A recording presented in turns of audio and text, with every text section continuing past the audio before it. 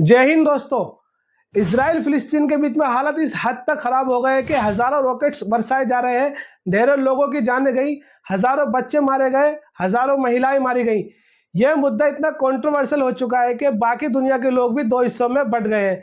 India में भी Twitter पर दो ट्रेंड्स चल रहे थे टॉप पर, एक इंडिया स्टैंड विद इसराइल, एक इंडिया स्टैंड विद फिलिस्तीन। कौन यहाँ पर सही है और क्यों यह मुद्दा शुरू हुआ और क्यों यह जंग शुरू हुई, आइए जानने की कोशिश करते हैं इस वीडियो में।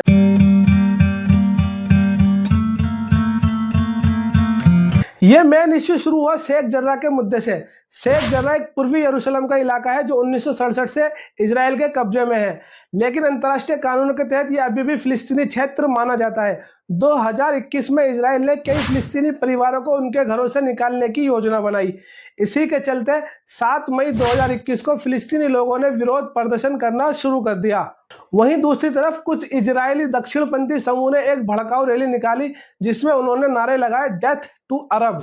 इसी के चलते इजरायली और फिलिस्तीन लोगों में आपस में झड़पें शुरू हो गई, पत्थरबाजी शुरू हो गई, लोगों में आक्रोश पैदा हुआ और इसमें दोनों तरफ के लोग इंजर्ड हुए। इस विवाद की शुरुआत जब ज्यादा बढ़ गई, जब 10 मई 2021 को मुसलमानों का रमजान का पवित्र महीना चल रहा था। मुस्लिम लोग अपनी पवित्र मस्जिद अल अक्सा में नमाज अदा कर रहे होते हैं। उसी दौरान इजरायली पुलिस अल अक्सा मस्जिद में घुस जाती है और फिलिस्तीनी लोगों पर रबर बुलेट्स फायर करती है, आंसू गैस और स्टन ग्रेनेड्स फेंके जाते हैं। वहीं मस्जिद के इमाम लाउड स्पीकर से अपील करते हैं इजरायली फोर्स को कि रबर बुलेट्स मारना बंद करना चाहिए और फिलिस्तीनी लोगों से शांत रहने के लिए भी कहते हैं। आज से कुछ दिन पहले मैंने एक डिटेल वीडियो बनाया था।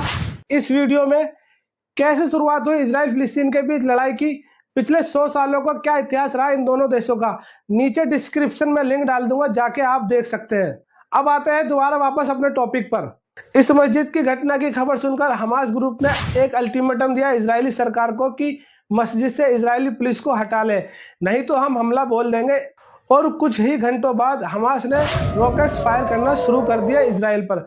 लगभग हजारों की संख्या में रॉकेट्स दागे गए। वहीं दूसरी तरफ इजराइल ने भी हमास पर एयर स्ट्राइक करना शुरू कर दिया। इजराइल ने लगभग 130 एयर स्ट्राइक की गाजा पर, जिसके चलते दोनों तरफ लोग मारे गए, इजराइल में भी और फिलिस्तीन में भी। हमास के प्रवक्ता का कहना था कि यह हमला फिलिस्तीनी लोगों के अधिकार और इजरायली द्वारा किए गए अन्याय का बदला लेना था। उनका कहना था कि इजरायली द्वारा गाजा पट्टी और वेस्ट बैंक में फिलिस्तीनियों के खिलाफ हिंसा करना, यहूदियों का वेस्ट बैंक पर कब्जा करना और इजराइल द्वारा अल अक्सा मस्जिद पर हमला करना, इसके चलते यह कदम उठाया गया। उसके बाद यह जंग चलती रही। करीब यह जंग लगभग 11 दिनों तक चली। फिर उसके कुछ दिन बाद एक बार फिर से जंग छिड़ गई। अब की बार जंग पहले से ज्यादा खतरनाक थी। 7 अक्टूबर सुबह 6:30 बज रहे होते हैं, जब ज्यादातर इजरायली लोग अपने घरों में सो रहे होते हैं। अचानक से एयर रेड सायरन बजने लगते हैं।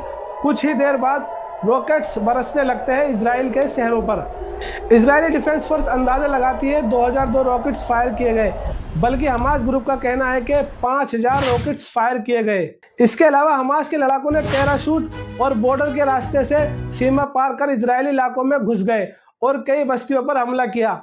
वहीं इजराइल की तरफ से $1 बिलियन की लागत से लगाए गए बॉर्डर पर सर्विलेंस सिस्टम और बैरियर को तोड़ने में हमास के लोगों को सिर्फ 5 मिनट लगे अंदर घुसने में। हमास के लड़ाकों ने करीब 200 से अधिक इजरायलियों को बंधक बना लिया और उनको अपने साथ गाजा ले गए, जिनमें सैनिकों के साथ साथ नागरिक भी शामिल थे। इन हमलों में हमास द्वारा कई आम नागरिकों और सैनिकों को मार दिया गया। बीबीसी की रिपोर्ट्स के अनुसार हमास के हमले में 1200 से अधिक इजरायली नागरिक और सैनिक मारे गए। बाद में इजरायली सेना ने खुद भी कबूला कि उनसे बड़ी चूक हुई और इसी के चलते इजराइल ने जंग की घोषणा कर दी। उसके बाद इजराइल ने हवाई हमले के साथ साथ जमीनी हमले भी शुरू कर दिए। 9 अक्टूबर 2023 से इजराइल ने गाजा पर टोटल ब्लॉकेट लगा दिया।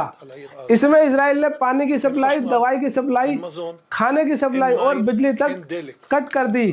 इंटरनेट तक बंद कर दिया जाता है।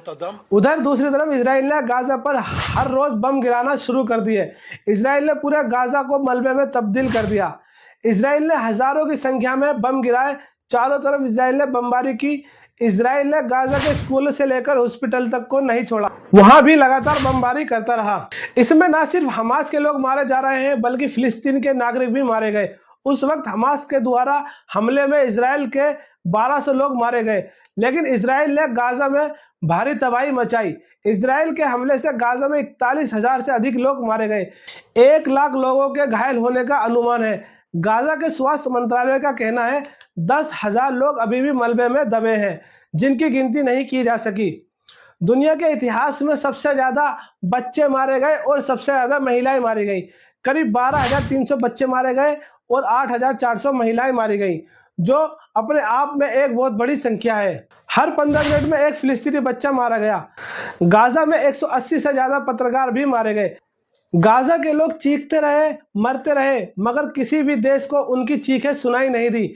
हमास इजराइल की लड़ाई में आम नागरिक मारे गए, मगर किसी भी देश को मानवता ही नजर नहीं आई। 1 साल हो गया है इस जंग को। 1 साल से लगातार इजराइल गाजा पर बम गिरा रहा है। पूरे गाजा के अंदर तबाही मचा चुका है। इजराइल अभी तक यह जंग नहीं जीत सका।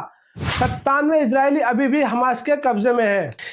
इजराइल सरकार ने बिना अपने नागरिकों की चिंता किए हमास से लड़ाई चालू रखी और 35% से अधिक इमारतों को तबाह कर दिया। सिर्फ फरवरी 2024 तक गाजा की 35% इमारतें तबाह हो चुकी थी। इसलिए मलबे के नीचे दबे हुए लोगों की अब तक गिनती करना संभव नहीं हो पाया है। लोग सिर्फ बमों से नहीं मारे गए, बल्कि महामारी, भूखमरी, बिना इलाज के भी मारे गए। कुछ लोग खराब पानी पीने की वजह से भी मारे गए। अमेरिका के कुछ डॉक्टरों ने राष्ट्रपति बाइडेन को पत्र लिखकर कहा कि गाजा में मारे गए लोगों की संख्या 1 लाख से अधिक हो सकती है। एक तरफ हमास ने लोगों पर जिस तरह से रॉकेट बरसाए लोगों को मारा, वहीं दूसरी तरफ इजरायली फोर्स ने भी कोई कसर नहीं छोड़ी। इजरायली फोर्स गाजा में लगातार बमबारी करती रही। बच्चों के साथ बहुत ही ज्यादा अत्याचार किया गया। बड़ी ही बेरहमी से बच्चों को मारा गया। अभी भी बहुत से बच्चे मलबे में दबे पड़े हैं। CNN की रिपोर्ट के मुताबिक इजरायली फोर्स ने छोटे बच्चों पर जानबूझकर निशाना लगाया। स्नाइपर से गोली मारी गई। गाजा में इलाज कर रहे अमेरिकन डॉक्टर ने बताया 6 साल के 2 बच्चों के सिर और छाती पर गोली मारी गई थी। उनके घावों से पता चलता है कि उन्हें जानबूझकर निशाना बनाया गया। डॉक्टर ने कहा किसी भी बच्चे को गलती से स्नाइपर से 2 बार एक ही जगह पर गोली नहीं मारी जा सकती। उन्होंने आगे कहा कि गोलियां उनकी छाती के बिल्कुल बीच में लगी थी। डॉक्टर ने बताया जब उन्होंने सिर पर चोट लगे बच्चों का इलाज करने की कोशिश की तो उनके दिमाग उनके हाथों में आ गए, जिसे उन्होंने व्यक्तिगत रूप से एक दर्दनाक पल बताया। उन सभी डॉक्टर का कहना था जिन बच्चों का इलाज वो कर रहे थे उन्हें गंभीर चोटें आई थी। बच्चों को गोली मारी गई। उनका मानना था कि उन्हें जानबूझकर चोट पहुंचाई गई। उन्होंने लिखा विशेष रूप से हम में से हर एक ने रोजाना ऐसे बच्चे का इलाज किया जिनके सिर और सीने में गोली लगी थी। कुछ जानकारों का यह भी कहना है कि गाजा के स्कूल पर इजरायली हमले में अमेरिका के बनाए गए हथियारों को इस्तेमाल किया गया था, जिसमें 22 लोग मारे गए थे।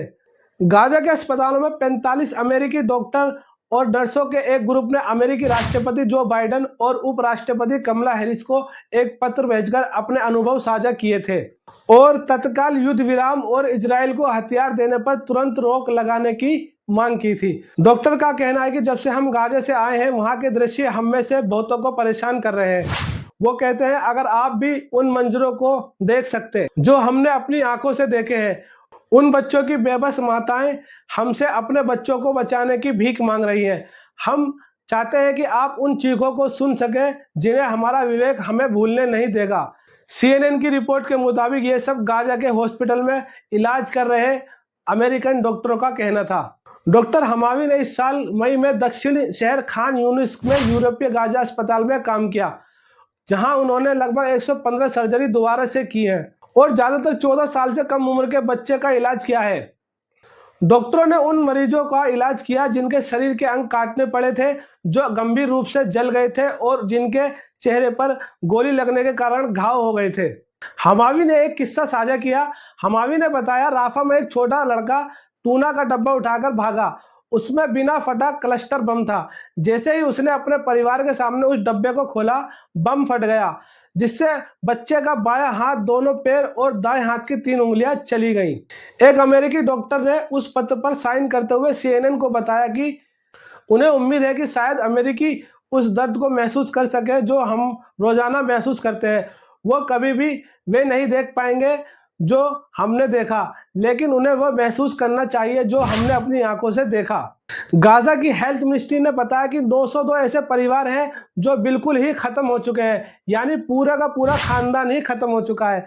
उन सबकी यादें हमेशा के लिए इस धरती से खत्म हो चुकी है। वहीं दूसरी तरफ 1350 ऐसे परिवार हैं जिनके सारे लोग मारे गए, मगर हर परिवार में से एक इंसान बच गया। वो किसे याद करते होंगे, किसके लिए रोते होंगे? अब आप खुद ही अंदाजा लगा सकते हैं क्या हालत रही होगी उस वक्त पर गाजा की। अगर हमारे घर का कोई एक भी इंसान मर जाता है तो पूरे घर में मातम सा माहौल बन जाता है। कई दिनों तक घर में लोग खाना नहीं खाते, किसी से बात नहीं करते। मगर कुछ लोग ऐसे भी होते हैं जो बेगुनाह इंसान के मरने पर भी जश्न मनाते हैं। ये ट्विटर पर हैशटैग चलाने से कुछ नहीं होगा। हम सभी भारतीयों को समझना चाहिए कि वायलेंस किसी भी चीज का कोई हल नहीं हो सकता।